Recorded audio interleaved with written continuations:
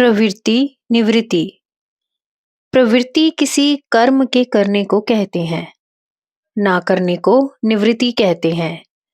इसके लिए यह जानना आवश्यक है कि कौन कर्म करने योग्य है और कौन नहीं। शास्त्रों में कुछ को विहित और कुछ को निषिद्ध कर्म कहकर निश्चित किया हुआ है, परंतु अनेक ऐसे कर्म भी हैं जिनके लिए शास्त्र मौन है। विहित कर्म भी दो प्रकार के हैं, नित्य और नैमित्तिक। निषिद्ध कर्म सर्वथा त्याज्य हैं ही। नित्य कर्म करने ही चाहिए, उनके ना करने से दोष होता है, परंतु करने से पुण्य भी नहीं होता। नैमित्तिक कर्मों के अंतर्गत सब अन्य कर्म आ सकते हैं, क्योंकि वे किसी निमित्त से किए जाते हैं। वे भी सकाम और निष्काम दो प्रकार के होते हैं। ब्राह्मण, क्षत्रिय, वैश्य और शूद्रों के कर्म भी निश्चित किए हुए हैं। कहा गया है, स्वधर्मे निधनम श्रेय पर धर्मो भयावह, अर्थात अपने धर्म में मरना अच्छा है, दूसरे का धर्म भयावह है। कोई कर्म अच्छा या बुरा नहीं कहा जाता, वह फल से ही अच्छा या बुरा होता है। दूसरे को हानि पहुंचाने की दृष्टि से किया या कराया हुआ कर्म अच्छा भी बुरा कहलाएगा, और दूसरे की भलाई के लिए बुरा समझे जाना वाला कर्म भी अच्छा ही कहलाया जाएगा। मनुष्य सुख दुख भोगता है और सुख पाने की इच्छा से कर्म करता है। मनुष्य योनि को कर्म योनि कहा जाता है।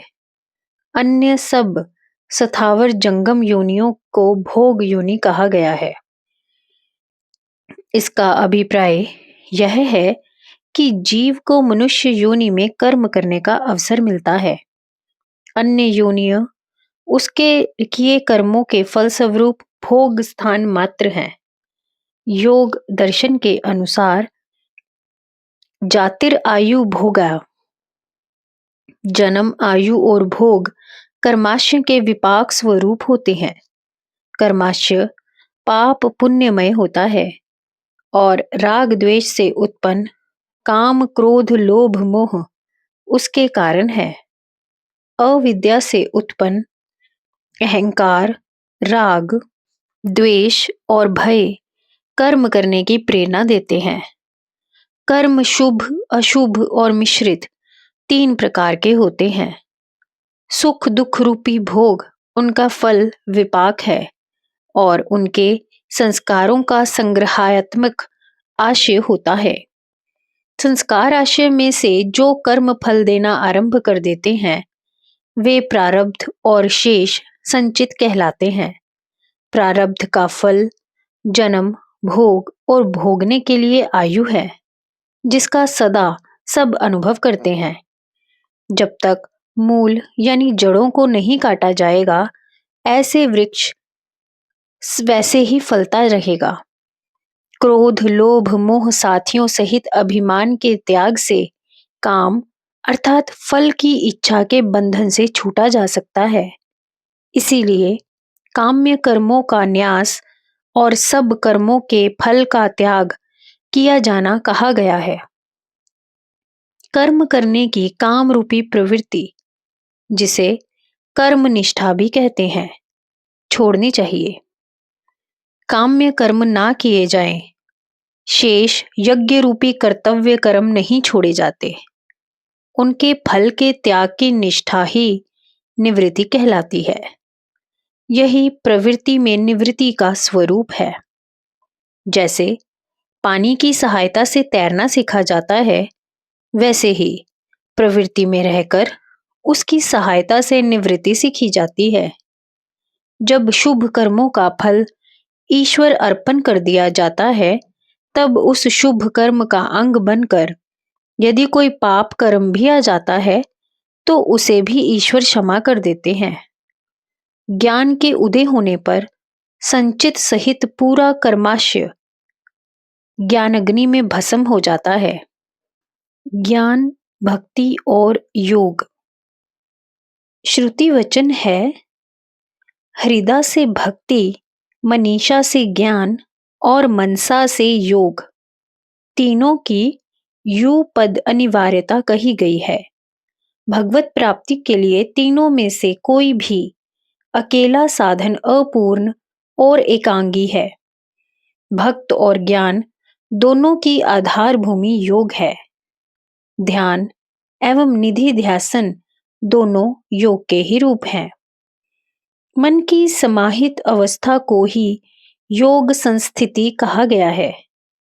ब्रह्मा जी आशवलायन ऋषि को उपदेश देते कहते हैं कि ब्रह्म विद्या को श्रद्धा भक्ति ध्यान योगाद देवी, अर्थात श्रद्धा भक्ति ध्यान तीनों के योग द्वारा जानो।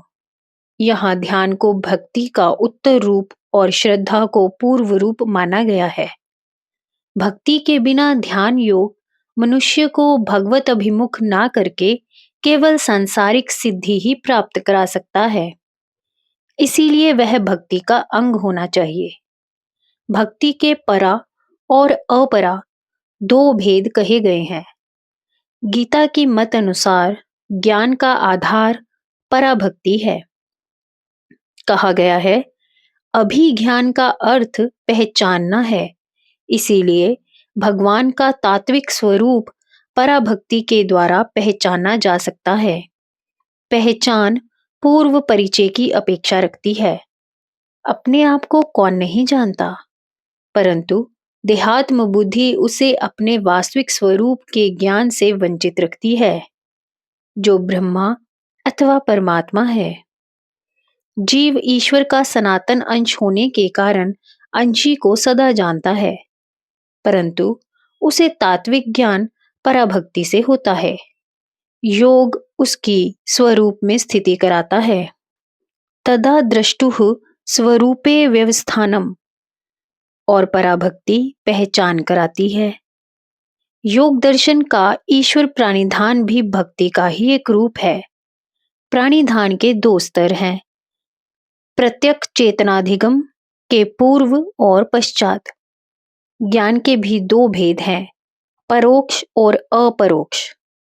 अहम ब्रह्मास्मि के श्रवण मनन द्वारा बुद्धिगत ज्ञान परोक्ष ज्ञान शास्त्रीय पांडित्य मात्र है, और निधिध्यासन द्वारा अपरोक्ष ज्ञान होता है।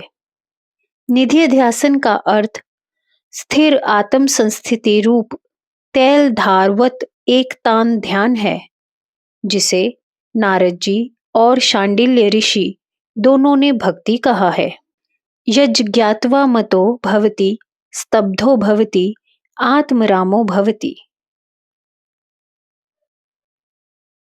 भक्ति के द्वारा भक्त आत्माराम अर्थात आत्म संस्थित हो जाता है, और शांडिल्य ऋषि की पुनरुक्ति भी यही कहती है।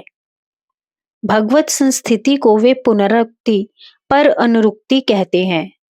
जो कुछ कहा गया उससे स्पष्ट है कि योग भक्ति और ज्ञान आपस में कितने ओतप्रोत हैं, परंतु भक्ति इन तीनों में प्रधान है। बिना अभिरुचि हुए ना योग में और ना ज्ञान में कोई प्रवृत्त होता है। अभिरुचि होना ही भक्ति का प्रारंभ कहा जा सकता है। श्री भगवान कहते हैं, प्रसन्न आत्मा शब्द उस सरसता की ओर संकेत करता है जिसके बिना योग और ज्ञान दोनों नीरस एवं रुक्ष भारवत प्रतीत होते हैं। वहां आत्मस्थिति के अतिरिक्त दूसरे भाव का अभाव हो जाता है। मनुष्य में आत्मरति, आत्मतृप्ति और आत्मतुष्टि की बाढ़ आने लगती है। भगवद आवेश में मन की सभी वृत्तियां, अहंकार, बल, दर्प, काम, क्रोध और उनकी सब शाखाएं प्रशाखाएं परम शांति के सिंधु में विलीन हो जाती हैं। और नारद जी के शब्दों में मत्तो भवति स्तब्धो भवति आत्मरामो भवति, यही युक्ततम योग पराभक्ति और अपरोक्ष ज्ञान है। ऐसे भाव में साधक अंतर अनुभूति से स्वतः घोष करने लगता है, ओम शिवोहम शिवोहम शिवोहम। जय गुरुदेव।